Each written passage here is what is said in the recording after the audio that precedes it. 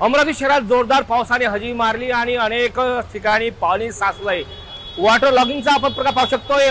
थेट दाखल झालोय अमरावती शहरातील राजापेठ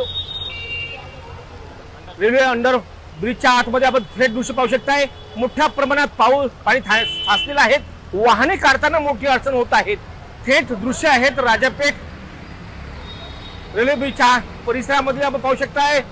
धोधो पाऊस बरसला आणि वाहन चालकांना याच अंडरब्रिजच्या आतमधून वाहने काढताना अतोनात त्रास होत आहे।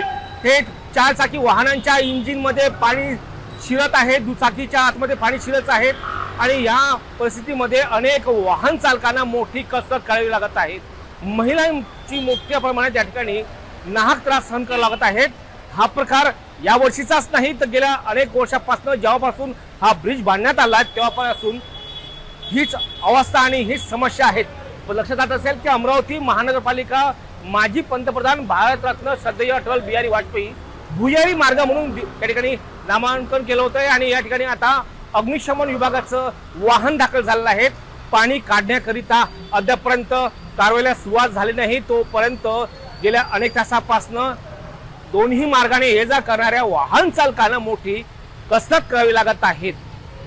अनेक थेट दृश्य पाहू शकताय। दुचाकी थांबलेले आहेत, याच भुयारी मार्गाच्या आतमध्ये अडकलेले आहेत। वाहन काढताना मोठी कसरत करावी लागत आहेत। नागरिक मदतीला धावून येत आहेत आणि या अंडरब्रिजच्या आतमध्ये अनेक वाहने आता थांबलेली आहेत। म्हणजे वाहन दुचाकी सुद्धा बिघडलेले आहेत, पाणी थेट शिरत आहेत। चारचाकी वाहन सुद्धा या ठिकाणी मोठी काय सांगायला आपला त्रास झालेला आहे। हा भरपूर त्रास झालाय, त्याचं काम लवकरात लवकर झालं पाहिजे। प्रशासन लक्ष देण्याची गरज आहे, खूप जास्त लक्ष देणं आवश्यक आहे। बस एवढंच।